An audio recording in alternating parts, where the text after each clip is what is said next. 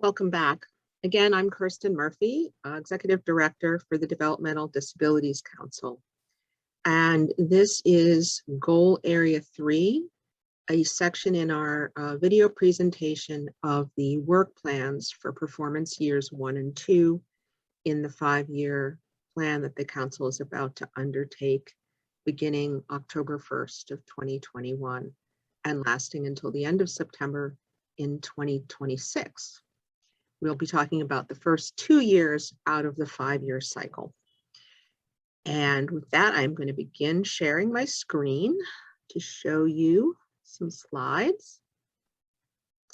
We're going to be talking about Goal Area 3, which meets the requirement under the DD Act that individuals, or that councils rather, identify an underserved or unserved group within the disability community in their state and address the needs of that underserved or unserved group. Let me say a word about the group that the Council has chosen for this 5-year cycle.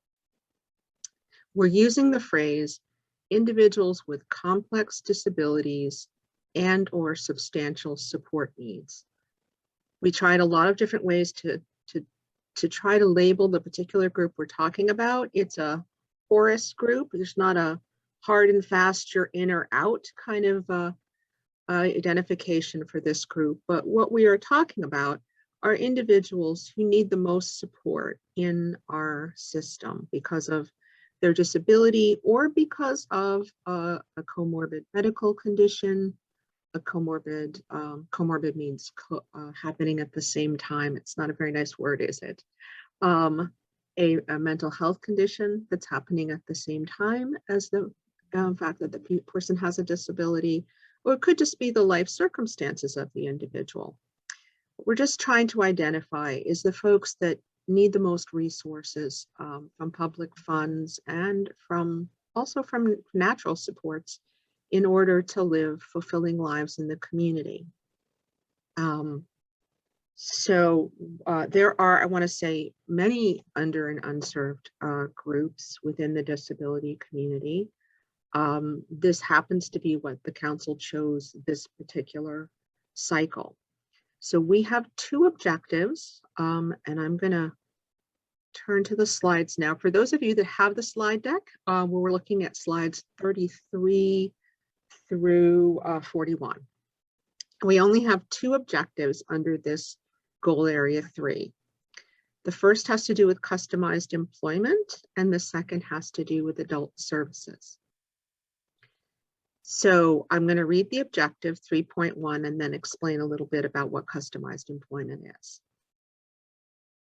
Working with community partners, the Council will develop and promote customized integrated employment opportunities for individuals with complex disabilities and/or substantial support needs. The thinking here is that one of the areas that people with high support needs need extra support is in the area of employment, and that while Vermont does some customizing of employment, they have maybe not realized the full potential of that model. So what is customized employment, or CE? I had to abbreviate it just to make enough space in the PowerPoint. Customized employment refers to competitive integrated employment, meaning a real job for real wages for an individual with a significant disability that is based on an individualized determination of the strengths, the needs, and the interests of the individual with that disability. And it's designed to meet the specific abilities of the individual and the business needs of the employer. So the person's needs and also their interests are found to be a match with an employer. It's not about filling an existing job slot. So customized employment involves spending a fair amount of time observing what the individual is most interested in and where their strengths lie. And then in thinking about the body of work that has to get done in any particular center of employment, and finding a match for a particular piece of that work. One of the ways that customized employment is used is for entrepreneurship, for starting small businesses that the individual with the disability can operate. Often that's a way of filling a niche in the economy, for example, paper shredding, or where else have I seen customized models? Cookie baking. Something that's of high interest to the individual, something that's a niche in the economy that needs to be filled, and then matching them together. This allows the individual to self-schedule because they are the business owner or operator, and to make sure that they're scheduling when they have an opportunity to be supported in doing the work that they've identified has a high interest for them. So a picture here is of a well-known gentleman in Vermont who runs his own business making layered mixes in jars that he sells at farmers markets. So he makes cookie mixes, and he makes soup mixes, and even dog cookie biscuits. He's very talented at hearing the difference between the ingredients as they are poured through a funnel. And so he can make sure that there's good quality control in his product. So if you're interested in finding out more, please go look at the Purely Patrick website. I know that he would love to sell you some of his great mixes. Anyway, so we're going to start this activity with building a community of practice. I've talked about those before. That's a group with a shared interest that comes together to learn more and to advance the interests that they have. So we're going to start by convening families who support an individual with customized employment already. There are many across Vermont that do this. Well, not many, but enough, and begin to bring them together. They don't necessarily connect with each other, and that alone could be very helpful to them. Often they are running small entrepreneurial businesses and could indeed benefit from connection with each other, problem solving, perhaps even sharing some of the components of the business that the individual with the disability maybe doesn't do, like bookkeeping. So we're going to provide 6 meetings a year with information that these families identify as useful around customized employment. And we will provide them with mileage and stipends in order to come together. We're going to connect this emerging community of practice with the Governor's Council on Employment of People with Disabilities and other groups. And we're going to plan a conference for year 2 that brings some outside experts from across the country to talk more with Vermonters who are engaging in this kind of model, and how we'll learn more about how to promote that and make it even more more useful to Vermont, let's put it that way. So again, remember, activities plus resources result in outcomes. So the outcome we're looking for in years 1 and 2 is to establish bi-monthly, that means every other month, meetings of family members, providers, and self-advocates, as well as vocational rehabilitation experts, to learn about best practices in customized employment, how these are being used in Vermont, and how to promote more opportunities for customized employment.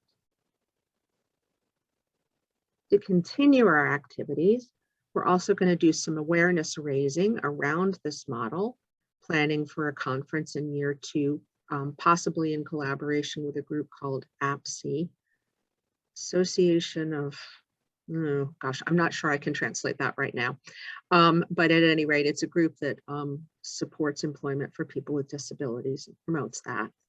And we're going to invest in an installment in a next installment in a series of white papers that we have been investing in. These are written by a group called Public Assets. We invested in an initial paper that was promoting the simple idea that people with disabilities want to work and are a great match for an economy like Vermont's, which desperately needs workers.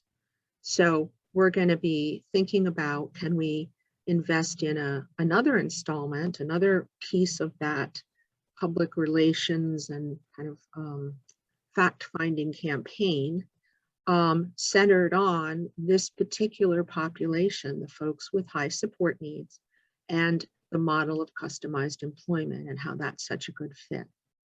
So the outcome would be that a conference in year 2 and publication by Public Assets energizes providers, those would be our designated and specialized agencies, to support customized employment and entrepreneurship for people with complex disabilities and/or high support needs. Let me be clear that some agencies do this or do big pieces of it. It's just a question of spreading the word and making it more common. I truly believe, and I think many of my council members do, that employment is the default option. It's what adults do. It's how they get their dignity and identity often. It's how they make connections with their community and with their coworkers. And so employment is a healthy and adult, it's a healthy adult activity that ought to be available to anyone, regardless of the kind of support needs that they might have in order to be successful in an employment situation.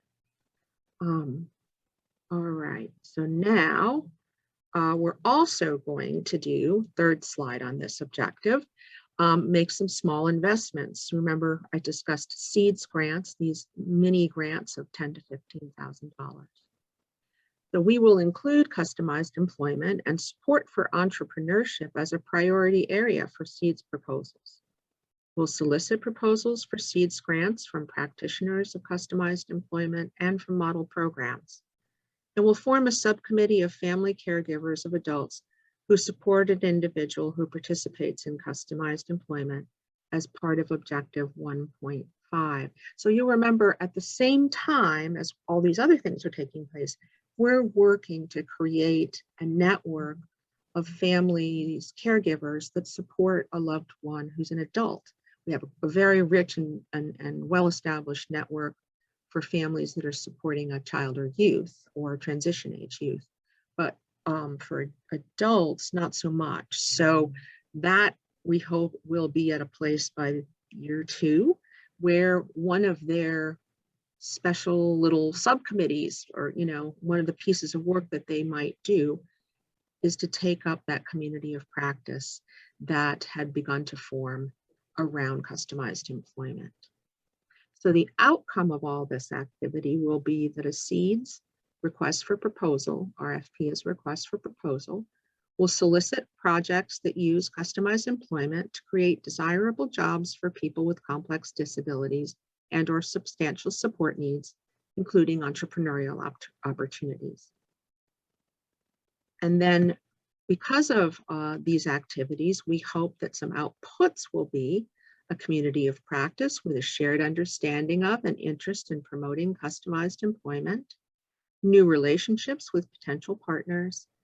By year 2, a conference attended by at least 50 people interested in customized employment, a short paper that is part of the Working with Disabilities series published by Public Assets, contract, that is misspelled, contract with Public Assets, and 1 to 3 seeds grants that test best practices in customized employment and entrepreneurship. Now we will move to the second objective in this goal area, adult services. Working with community partners, the Council will develop and promote opportunities for adults with complex disabilities and/or substantial support needs to increase social engagement and independence. So the thinking behind this is the recognition that social skills are skills that can be learned. Independence involves skills in independent living, and that learning those skills doesn't stop because you left high school. In fact, there's still brain development that we know goes on into one's 20s. And certainly I'm well beyond my 20s, and I hope I'm still learning things. I hope we all are. So we sometimes forget that skill teaching can definitely be an important part of somebody's service plan. And if it's found through the person-centered planning process that that's appropriate, we want to encourage that. Now you're going to see some overlap with projects that we've already talked about, because remember, a good work plan integrates objectives so that an activity might support more than one objective. So first, we feel like for adult services to flourish, there needs to be better information available to family caregivers. And so we are going to create an independent curated website. We discussed that back in objective 1.4. And we're going to create easy to read guides about adult services in multiple languages. And we're going to create a safe online space for families who support an adult with an intellectual and developmental disability. Those are all activities we talked about before under goal area 1. And they will result in individuals and family members have access to a website with comprehensive curated information about adult home and community-based services, that's HCBS, in easy read and plain language and other languages spoken in Vermont.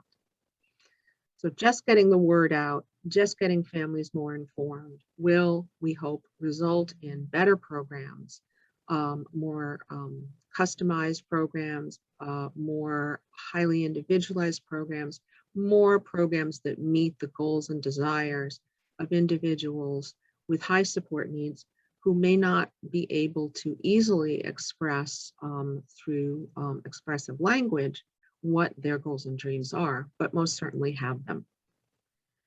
So there's also going to be an advocacy component. And we're going to advocate that the Agency of Education stand up more vocational and educational programs for transition age youth, and that youth that lost transition services during the pandemic have additional time to receive special education services. There's a whole cohort group year of transition age youth that missed that foundational final year of transition and are now at a disadvantage entering the adult services world. So we believe, and other states have also done this, that those folks need an extra year in receiving special education services. We're trying right now to figure out if that requires legislative action or if it's something the Agency of Education can do without resorting to a statute.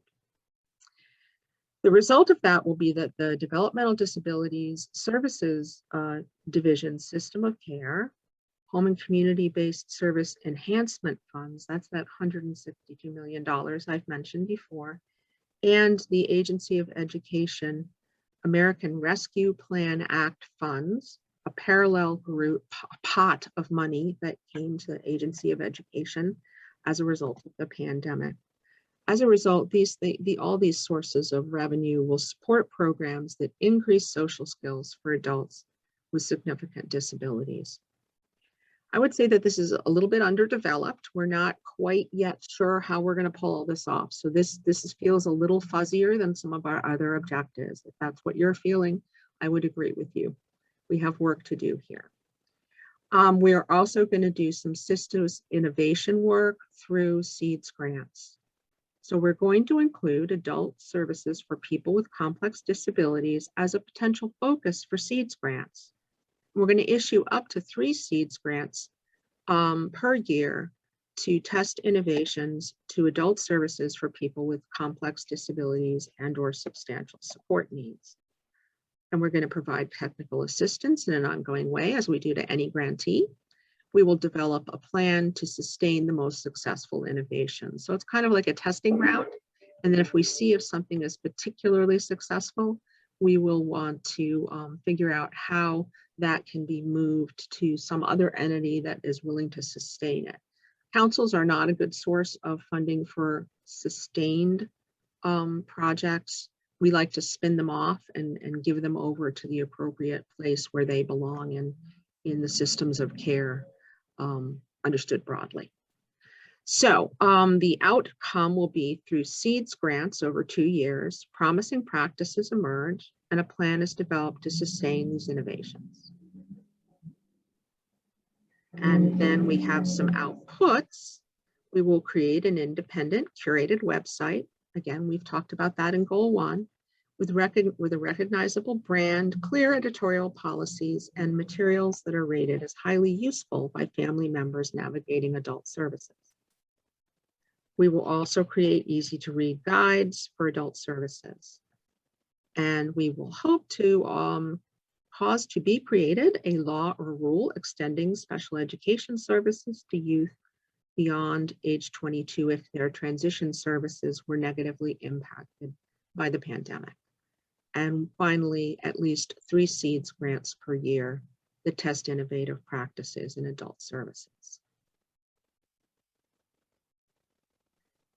We are now on the last slide of this goal area. Remember, this is where we summarize using some of the labels that the Administration for Community Living uses when it thinks about council work. So these 2 objectives addressed 4 areas of emphasis: health and healthcare, formal and informal supports, recreation, and employment. This goal area met the Act's requirement to address the needs of an underserved group. Remember, there are 4 things in the Act that we must do, and one of them is identify an underserved group and work to address their needs.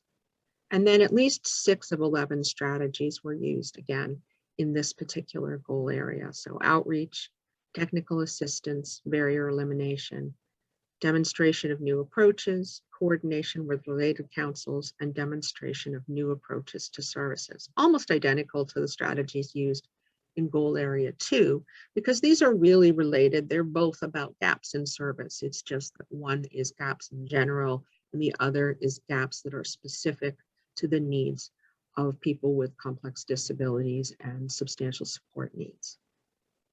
With that, we will conclude this section of the presentation.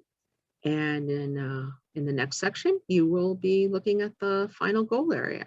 So thanks very much for your attention, and I hope you will continue to learn more about our work plan.